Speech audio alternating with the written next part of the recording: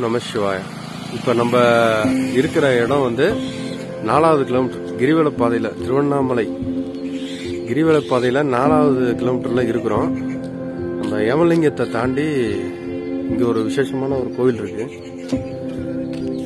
விசேஷமான கோவில் துர்வாசகர் அவர் கோயிலை தான் இப்போ பார்க்க போகிறோம்.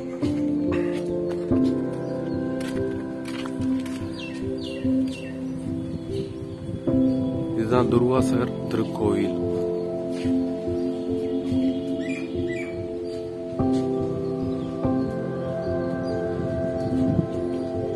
இந்த கோயில் ரொம்ப விசேஷமானது. இங்க இருக்கிற ஒரு துர்வாசகர் மகரிஷி.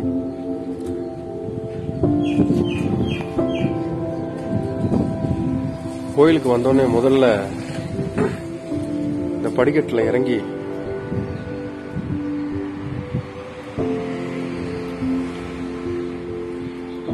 இந்த குரு பாதம், பழைய காலத்துல அந்த காலத்துல பாதம் பதிஞ்ச அந்த இடம் தான் இந்த குரு பாதம். அதை வணங்கிட்டு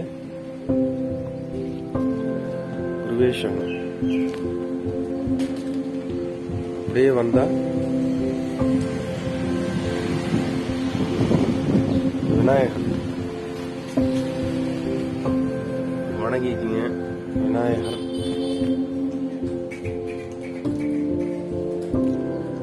இதுக்கப்புறம் மெயின் காட் துர்வாசகர் மகரிஷி.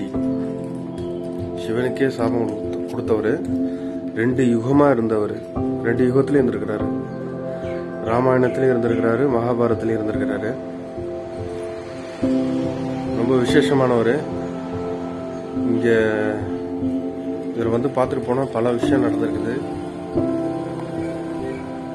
துர்வாசர் ஐயா குருவேஸ்வரன் நமச்சிவாய். அப்படியே வந்தோம்னா கோயில் பின்பகுதியில் குந்தி தேவி, கர்ணனோட அம்மா.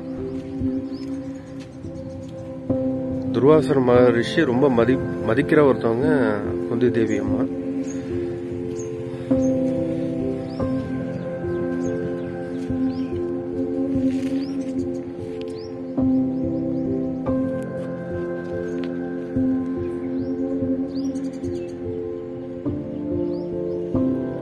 விளக்கு எல்லாம் இருக்கு, தீபம் ஏற்றலாம். அப்புறம் அப்படியே இந்த பக்கம் வந்தோம்னா இது கோயில் பின்பகுதியில் உள்ள எப்படி இருக்குன்னு பாருங்க. கோயில் பின்பகுதி ஷீட் போட்டிருக்காங்க, நல்லா இருக்கு. ரொம்ப நல்ல காத்து வருது, நல்ல அமைதியான சூழ்நிலை. இங்க அப்படியே கொஞ்சம் தூரமா அப்படியே வந்தோம்னா இங்க வேண்டுதல் எல்லாம் பிரார்த்தனை வேண்டுதலுக்காக இங்க வந்து கட்டுறாங்க. வேப்ப மரத்துல அந்த மஞ்சள் துணியில கல்லை வச்சு கட்டுவாங்க. குழந்தை பாக்கியம் இல்லாதவங்களுக்கு குழந்தை. இங்க நிறைய பேர் பலன் அடைஞ்சிருக்கிறாங்க. இங்க வருஷம் மாசம்னு மாத்தி மாத்தி வந்துகிட்டு இருக்கிறாங்க. விசேஷமா சக்தி வாய்ந்தது. உங்க வேண்டுதல் நிறைவேறும். நீங்க துர்வாசர் கோயிலுக்கு வந்தீங்கன்னா இந்த பிரார்த்தனை ஏதாவது இருந்ததுன்னா செய்யலாம். அப்புறம் இந்த கல்லெல்லாம் அடிக்கிருக்கிறாங்கல்ல, இந்த கல்லெல்லாம் இருக்க அடிக்கிறாங்கன்னா அவங்க வீடு ஆசைப்படுறவங்க அந்த கல் எடுக்கிறாங்க.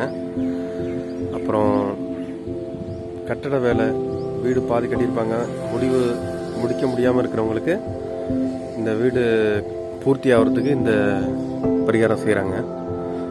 ஆசைப்படி அவங்கவுங்க ஆசைப்படி கட்டுவாங்க. சில பேர் 3 கல் வச்சு கட்டுவாங்க, சில பேர் 5 கல், 3 கல், 4 கல்லுன்னு அப்படியே அடுக்குவாங்க.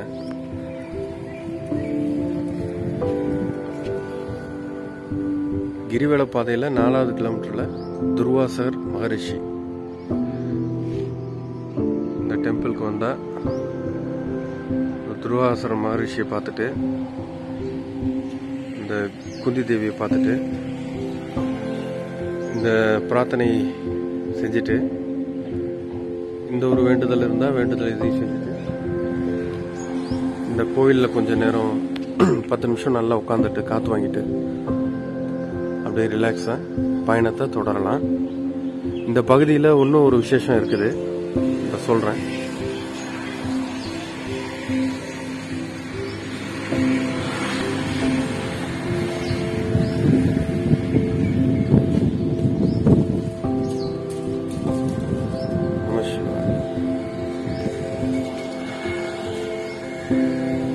இது வந்து மலையிலிருந்து வர்ற தண்ணி. அண்ணாமலையார் மலையிலிருந்து வர தண்ணி இங்கே அருவியாக ஓடும். மழை காலத்தில் இங்கே வந்து இந்த கரை மட்டத்துக்கு ஓடும். அதில் எல்லாரும் குளிப்பாங்க, துணி துவைப்பாங்க, குடிப்பாங்க, எல்லாமே செய்வாங்க. இது அப்படியே நீட்டாக ஊருக்குள்ளே போகும்.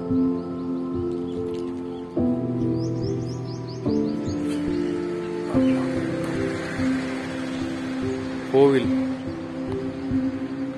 ரூஃபு, பாக்ஸு, அப்புறம் சுற்றிலும் ஒரு ஷீட்டு நல்லா இருக்கு. ரொம்ப இங்கே இருந்தால் ஒரு காந்தம் நல்லா இருக்கும், ஒரு நல்ல மனநிலை கிடைக்கும் ஒரு 10 நிமிஷத்துலேயே உங்களுக்கு. இது ரோடு. இந்த பிளாட்ஃபார்ம் கிரிவல பாதை பிளாட்ஃபார்ம் வந்து நடைபாதை நல்லா இருக்கு, ரொம்ப அகலமாக நல்லா இருக்கு. இங்கே உட்கார்றது கட்டையில் உட்காந்து, இந்த கட்டையில் உட்காந்துட்டு 10 நிமிஷம் அப்படியே இந்த அண்ணாமலையரை பார்த்துட்டு இருக்கும்போது கிடைக்கிற நிம்மதியே தனி. இப்போ ரோடும் நல்லா அகலமாக இருக்கு.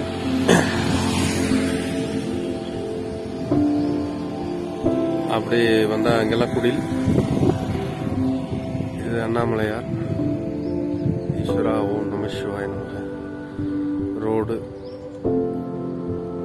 பாதை போயிட்டு இருக்கு.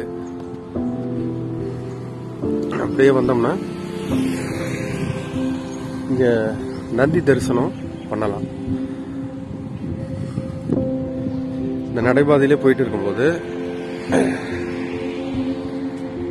இங்க ஒரு மார்க் போட்டிருக்காங்க பாருங்க.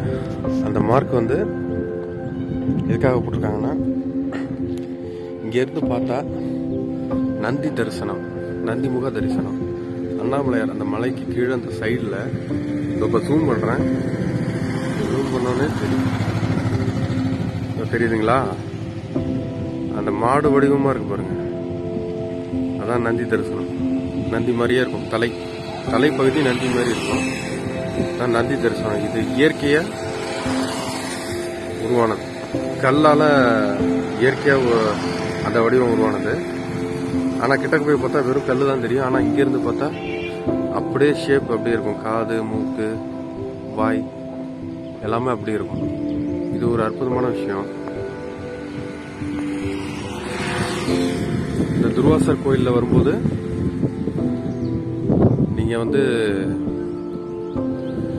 இந்த துர்வாசர் கோயிலில் பார்த்துட்டு இங்கே இந்த நந்தி தரிசனம் பார்த்துட்டு இங்கே கொஞ்சம் நேரம் ஒரு 10 நிமிஷம் உட்காந்துட்டு ரிலாக்ஸாக நீங்கள் பயணத்தை தொடரலாம். இது 4வது கிலோமீட்டர் கிரிவல பாதையில்.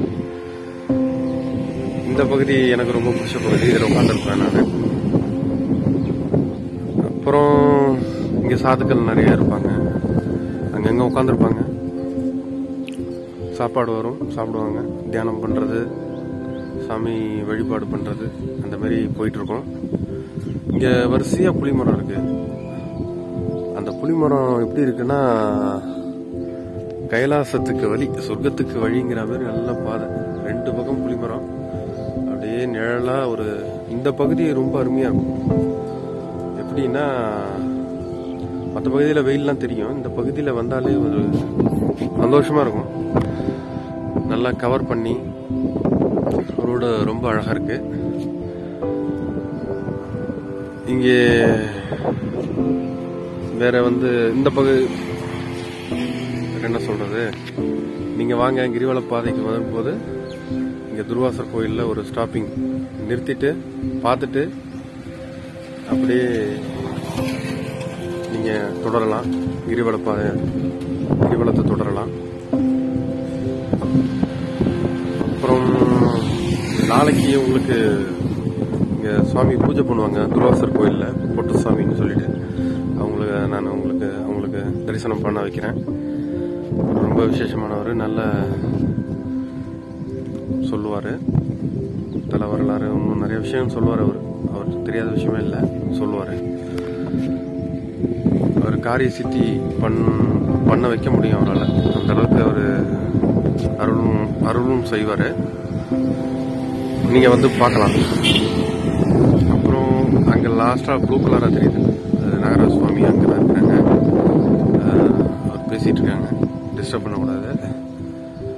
அதுதான், வேற ஒன்றும் இல்லை. நமசிவாய் நமசிவாய், ஓம் நமசிவாய். அண்ணாமலை நமசிவாய்.